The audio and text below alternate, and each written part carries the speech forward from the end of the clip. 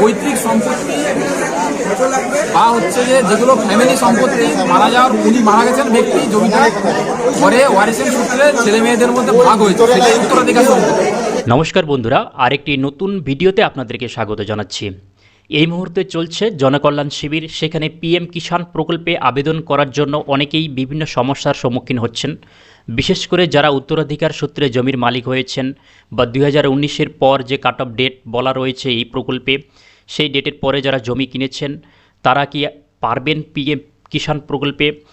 তো যারা কৃষক বন্ধু রয়েছে, অনেক কৃষক বন্ধুই কিন্তু পিএম কিষাণ আবেদনের ক্ষেত্রে বিভিন্ন জটিলতার সম্মুখীন হচ্ছেন। এবং বিশেষ করে একই পরিবারে আপনারা কতজন আবেদন করতে পারবেন, স্বামী স্ত্রী দুজনের নামেই সম্পত্তি থাকলে কি আপনারা পারবেন কিনা, এ বিষয়ে আগেই একটি ভিডিও দিয়েছিলাম। অবশ্যই শেষ পর্যন্ত ভিডিওটি দেখবেন বন্ধুরা। আশা করি আপনাদের সব কনফিউশন ক্লিয়ার হয়ে যাবে। নতুন দর্শক হয়ে থাকলে অবশ্যই ভিডিওটি লাইক করবেন, চ্যানেলটি সাবস্ক্রাইব করতে ভুলবেন না বন্ধুরা। তো পিএম কিষাণ 2019-এর পর যারা জমি কিনে এখন নতুন জমির মালিক, তারা আবেদন করতে পারবেন কি? এখানে পিএম কিষাণ প্রকল্পের নিয়ম অনুযায়ী জমি কেনার মাধ্যমে নতুন মালিক হওয়া ব্যক্তিদের জন্য কিছু বিধিনিষেধ রয়েছে। যেমন কাট অফ ডেট প্রথমে রয়েছে, এটাই হচ্ছে ইম্পর্টেন্ট। 1 ফেব্রুয়ারি 2019-এর মধ্যে যাদের নামে রেকর্ড করা আছে কিনলে এই সুবিধা পাওয়া যাবে কি? আপনি যদি 1 ফেব্রুয়ারি 2019-এর পরে জমি কিনে থাকেন তবে সাধারণত আপনি এই প্রকল্পের সুবিধা পাবেন না।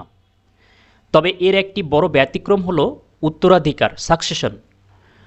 যদি পরিবারের মূল মালিকের মৃত্যুর পর জমি আপনার নামে রেকর্ড হয় তবে আপনি আবেদন করতে পারবেন এবং সুবিধা পাবেন। কিন্তু এক্ষেত্রে আপনাদের রেকর্ড থাকতে হবে।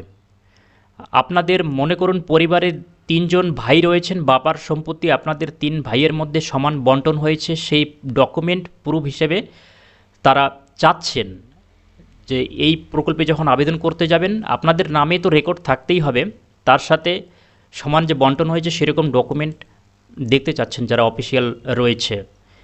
তো বর্তমান অবস্থা কি? এই যে 2019-এর কাট অফ, এটার অ্যাকচুয়ালি কারণটা কি? এই প্রকল্পের নির্দেশিকায় বলা হয়েছিল যে 2019-এর পরের যে পরিবর্তনগুলো সেগুলো পরবর্তী 5 বছরের জন্য বিবেচনা করা হবে না।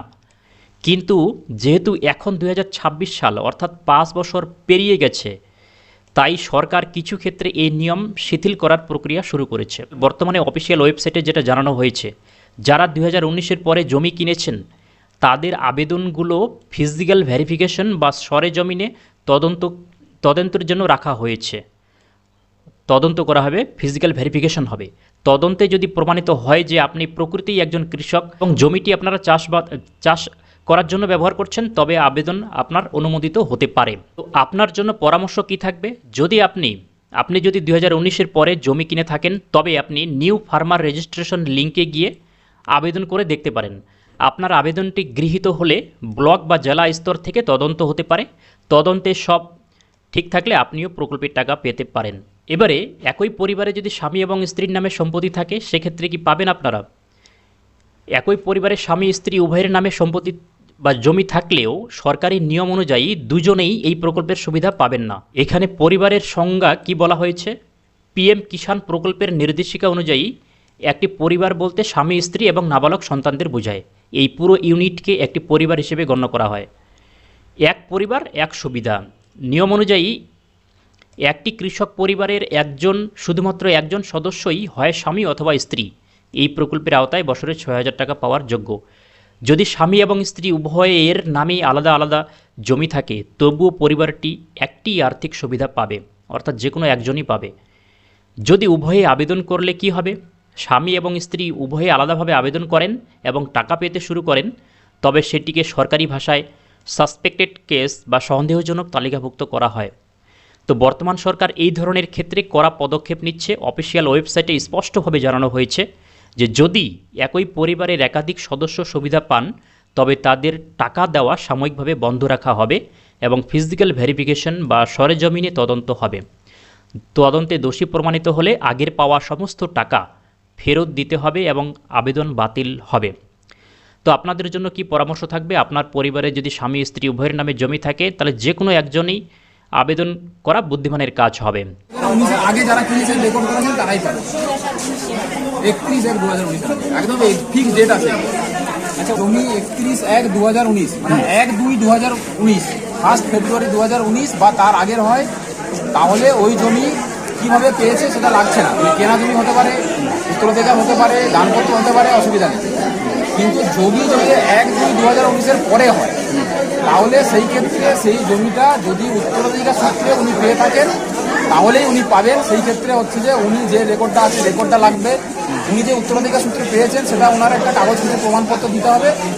যার কাছ থেকে পেয়েছেন মানে পূর্বতন মালিক, সেটা বাবা হতে পারে, দাদু হতে পারে, তার ডেথ সার্টিফিকেট এবং তার আধার কার্ড, এগুলো লাগবে। জমির পরিমাণটা, জমির পরিমাণ সম্পর্কে কোনো ইয়ে নেই, যেরকমই থাকুক পাবে, কিন্তু কৃষি জমি হতে হবে। আচ্ছা, নতুন যারা জমি কিনছে ওরা সম্পত্তির মালিক যদি হয়, ওরা নতুন যদি জমি কিনছে তাহলে তারা কেনা জমিতে 31/1/2019 পরের যে রেকর্ড সেগুলো হচ্ছে না। একটা ফ্যামিলি থেকে কয়জন পাবে? মনে করো স্বামী স্ত্রী দুজনের সম্পত্তি আছে, স্বামী স্ত্রী এবং মাইনার 18 বছরের নিচে যদি ফ্যামিলি হয় তাহলে ওটাকে একটা ফ্যামিলি ধরা হয়, সেক্ষেত্রে একজনই পাবে, মানে একজনই। মোটামুটি স্বামী স্ত্রীর মধ্যে একজন পাবে। পরিবার থেকে একজন। পরিবার হচ্ছে স্বামী স্ত্রী এবং মাইনর চিলড্রেন, এটা একটা ফ্যামিলি। যদি ছেলের বয়স 18 বছরের বেশি হয়ে যায় ওটা আলাদা ফ্যামিলি ধরা হয়, পিএম কিষাণ অনুযায়ী। আর কোনো ক্রাইটেরিয়া পিএম কিষাণের জন্য? আর হচ্ছে যে আপনার আবেদন করার সময় অনলাইনে করতে হবে। অনলাইন হচ্ছে আমাদের এই ক্যাম্পে সিএসসি আছে, ওখান থ্রু দিয়ে হবে। আমাদের বিভিন্ন জায়গাতে প্রচুর সিএসসি সেন্টার আছে, সেখান থেকে অনলাইনে করা যাবে। লাগবে ওই জমির ক্রাইটেরিয়া আছে, নিজের আধার কার্ড, স্ত্রীর আধার কার্ড, এই দুটো আধার কার্ড দিতে হবে। আর একটা জিনিস দেখতে হবে যে এসআইআর যদি নাম বাদ চলে যায় তাহলে কিন্তু হবে না। আর হচ্ছে যে আধারের সাথে লিঙ্ক একটা মোবাইল নাম্বার লাগাবে। আর ব্যাংক অ্যাকাউন্টটা ডিবিটি সিস্টেম চালু করা থাকতে হবে। আমি ওটা বলতে পারবো। জমির ক্রাইটেরিয়া বিষয়টা বলুন না। উত্তরাধিকার সূত্রে মানে হচ্ছে আমি পৈতৃক সম্পত্তি বা হচ্ছে যে যেগুলো ফ্যামিলি সম্পত্তি, মারা যাওয়ার উনি মারা গেছেন ব্যক্তি, জমিটা পরে ওয়ারিসের সূত্রে ছেলে মেয়েদের মধ্যে ভাগ হয়েছে, সেটাই উত্তরাধিকার সম্পত্তি। সেই ক্যাটাগরিতে হলেই 1/2/2019 বা তারপরে জমি হলে উনি করতে পারবেন, কিন্তু সমস্ত ক্ষেত্রে রেকর্ড থাকতে হবে, খতিয়ান থাকতে হবে। 1/2/2019 এটা কাট অফ ডেট, এটা কিন্তু একদম মাস্ট লাগবে, এখনো চেঞ্জ হয়নি। আপনাদের মনে যে কনফিউশন ছিল সেক্ষেত্রে কিছুটা হয়তো দূর হয়েছে। এরপরেও যদি আপনাদের কোনো জানার থাকে তাহলে আপনারা অবশ্যই কমেন্ট করবেন, এবং চ্যানেলে নতুন দর্শক হয়ে থাকলে অবশ্যই চ্যানেলটি কিন্তু সাবস্ক্রাইব করতে ভুলবেন না বন্ধুরা। ভিডিওটি অবশ্যই একটি লাইক দেবেন। Thanks for watching.